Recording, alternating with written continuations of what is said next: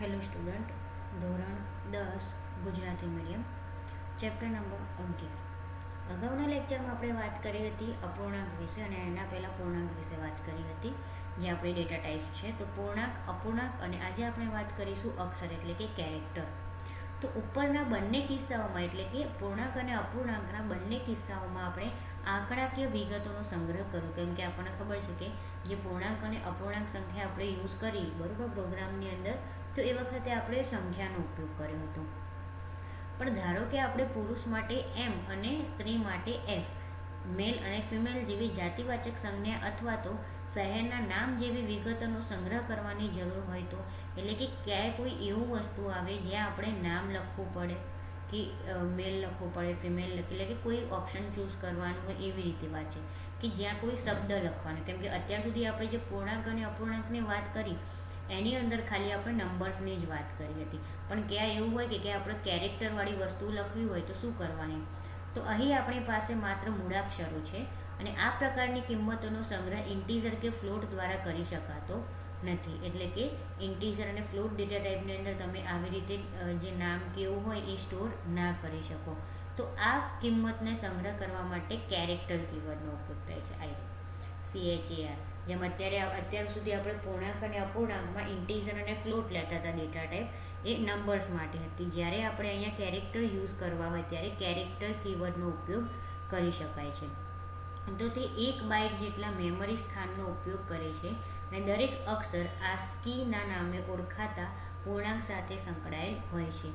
ASCII એટલે American standard code four information interchange, એટલે કે એક પ્રકારનો કોડ હોય છે. તો આસ્કી કિંમતોની વિગતો પરિશિષ્ટ 2 માં આપવામાં આવી છે અને પૂર્વ નિર્ધારિત રીતે કેરેક્ટર અચિહ્નિત છે અને ચિહ્નિત કેરેક્ટર પણ શક્ય છે. એટલે કે કેરેક્ટર અનસાઇન બી હોઈ શકે અને સાઇન પણ હોઈ શકે.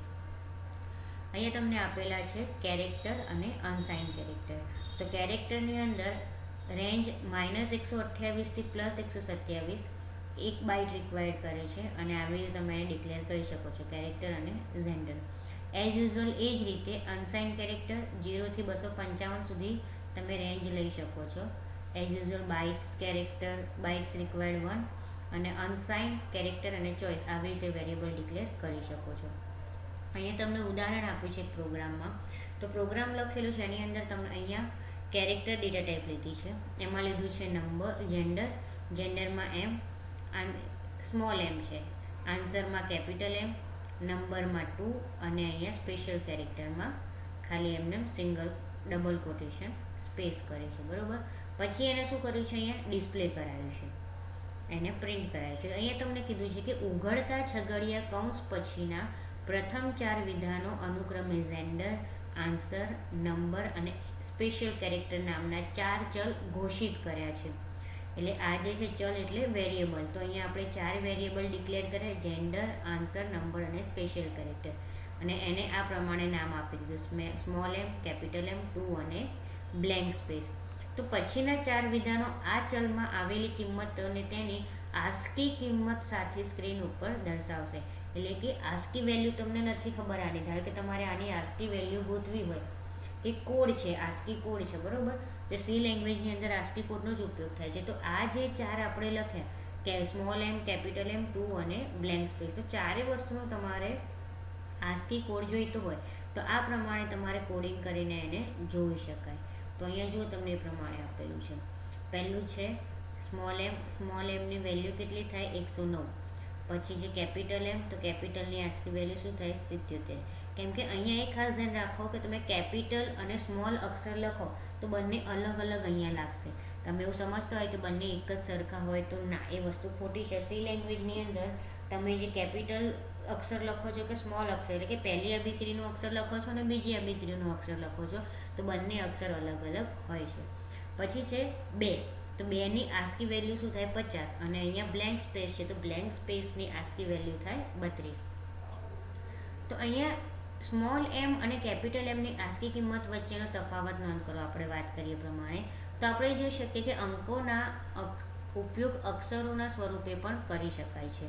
અહીંયા જે આપણે 2 લીધું તે 2 સંખ્યા છે, પણ તમે એના અક્ષર એટલે કે કેરેક્ટર સ્વરૂપે પણ લઈ શકો છો. તો સંખ્યા 2નો અક્ષર તરીકે ઉપયોગ કરવા માટે તેને 2 સ્વરૂપે લખવામાં આવે છે. અને અહીંયા એ પણ જો કે સ્પેશિયલ કેરેક્ટર વેરિયેબલમાં આપણે કિંમત દ્રશ્યમાન ન હોવા છતાં ASCII અંક દ્રશ્યમાન છે, એટલે કે આપણે ખાલી જગ્યા ત્યાં લીધી છે, બ્લેન્ક સ્પેસ લીધી છે, પણ તો બી તમને એનો ASCII કોડ આઉટપુટમાં બતાવેલું છે. પછી છે ખાલી વિગતોનો ગણ. તો સી ભાષામાં વોઇડ કીવર્ડ દ્વારા એક વિશિષ્ટ ડેટા પ્રકાર પૂરો પાડવામાં આવે છે અને આ ડેટા પ્રકાર કોઈ કિંમતનો સંગ્રહ કરતો નથી, માટે તેને ખાલી ગણ તરીકે નિર્દેશ કરવામાં આવે છે. એટલે કે સી ભાષાની અંદર વોઇડ કીવર્ડ જે છે, તો વોઇડ કીવર્ડની અંદર એક વિશિષ્ટ પ્રકારનો ડેટા પ્રકાર, એટલે કે વોઇડ છે એક ડેટા ટાઈપ જ કહી શકાય એને. તો એની અંદર કોઈ કિંમત તમે સંગ્રહ કરી, એટલે કે એની અંદર કોઈ કિંમત હોય એ આપણે સેવ નથી કરતા, એટલે એને શું કહી શકાય છે, ખાલી ગણ. તેનો ઉપયોગ મુખ્યત્વે વિધેયની પરત કિંમત દર્શાવવા માટે કરવામાં આવે છે. અને આગળના પ્રકરણમાં આપણે જોયું એ પ્રમાણે સી પ્રોગ્રામ વિધેયનો સમૂહ છે. સી પ્રોગ્રામના વિધેય કોઈ કિંમત પરત કરી શકે છે. જો આપણે ઈચ્છતા હોઈએ કે વિધેય કોઈ કિંમત પરત ન કરે તો તેના નામની પહેલાં વોઇડ કીવર્ડ ઉમેરવામાં આવે છે. એટલે કે કોઈ ફંક્શન છે, વિધેય એટલે કે ફંક્શન, તો કોઈ ફંક્શનની કિંમત પર, એટલે કે વેલ્યુ જે હોય રિટર્ન ના કરાવવી હોય તમારે, તો એની આગળ તમે જ્યારે પણ વેરિયેબલ ડિક્લેર કરો છો તો એની આગળ તમે વોઇડ કીવર્ડનો ઉપયોગ કરી શકો છો. તો આગળના તમામ ઉદાહરણમાં પ્રોગ્રામનું અંતિમ વિધાન રિટર્ન 0 છે અને આ વિધાન કમ્પાઇલરને પ્રોગ્રામમાંથી બહાર નીકળવાનો આદેશ આપે છે. તો જો આ વિધાન લખવામાં ના આવે તો ચેતવણીનો સંદેશ મળશે કે function should return a value, અને જો સંદેશ ન આવે તો મેઇનની આગળ વોઇડ ઉમેરી શકાય છે. એટલે કે તમે જ્યારે પ્રોગ્રામ લખતા હોય અને તમે જો વેરિયેબલ આ રીતે ડિક્લેર કરતા હોય તો મેઇન ફંક્શનની આગળ વોઇડ ના લખ્યું હોય તો તમારે નીચે આવી રીતે રિટર્ન 0 લખવું પડે. અને જો તમે વોઇડ બી ના લખ્યું અને રિટર્ન 0 બી ના લખ્યું, તમને ત્યાં વોર્નિંગ મેસેજ મળે function should return a value.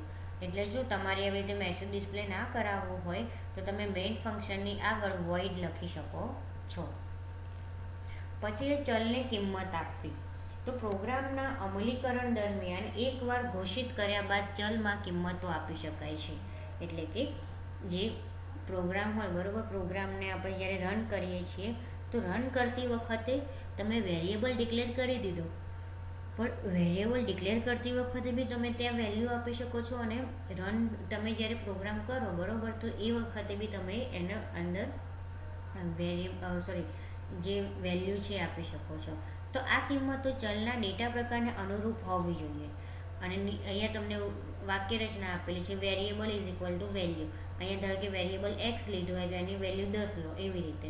તો એક જ વિધાનમાં ચલની ઘોષણા કરી તેમાં કિંમત આપવી પણ શક્ય છે. અને આમ કરવા માટે તમને અહીંયા વાક્ય રચના આપેલી છે, ડેટા ટાઈપ, વેરિયેબલ અને વેલ્યુ. તો એ ધારો કે integer x is equal to 10, આવી રીતે તમે વેરિયેબલ ડિક્લેર કરી શકો છો. તો અત્યાર સુધી આ પ્રકરણમાં ચર્ચવામાં આવેલ તમામ ઉદાહરણો ચલનો પ્રારંભ આ તકનીકથી કરવામાં આવે છે. હવે છે ઉપયોગકર્તા દ્વારા નિર્મિત ડેટા પ્રકાર. તો સી ભાષામાં પરિવર્તનક્ષમ છે, એટલે કે ફ્લેક્સિબલ છે. તે ઉપયોગકર્તાને હયાત ઘટકોમાંથી નવા ઘટકો બનાવવાની સુવિધા આપે છે તથા મૂળભૂત ડેટા પ્રકારનો ઉપયોગ કરી નવા ડેટા પ્રકારની રચના કરી શકાય છે.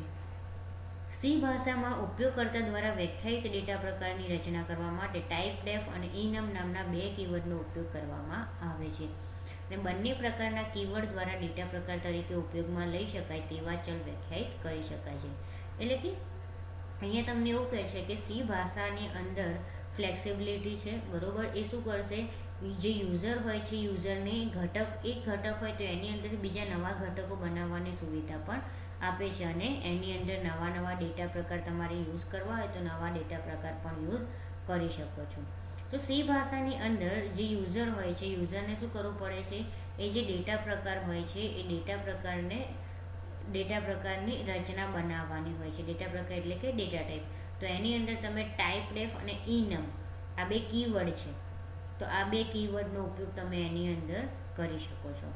અને આ બંને પ્રકારના જે કીવર્ડ છે એ ડેટા પ્રકાર તરીકે ઉપયોગમાં લઈ શકાય, એટલે કે તમે ડેટા ટાઈપના રીતમાં તમે એને યુઝ કરી શકો. એક પ્રકારની ડેટા ટાઈપ પણ એને કહી શકો અને એને તમે શું કરી શકો છો, એવા ચલ એટલે કે એવા વેરિયેબલ જોડે પણ ડિક્લેર કરી શકો છો. ઓકે, તો અહીંયા પછી છે ટાઈપ ડેફિનેશન, એ આપણે પછીના લેક્ચરમાં જોઈશું, ખાલી અત્યારે જોઈશું અને ડિક્લેર કઈ રીતે કરી શકાય. કે ટાઈપ ડેફિનેશન, પછી ડેટા ટાઈપ અને વેરિયેબલનું નામ, આવી રીતે તમે એને ડિક્લેર કરી શકો. બરાબર. તો આ લેક્ચરમાં આટલું જ, બાકીનું આપણે પછીના લેક્ચરમાં જોઈશું.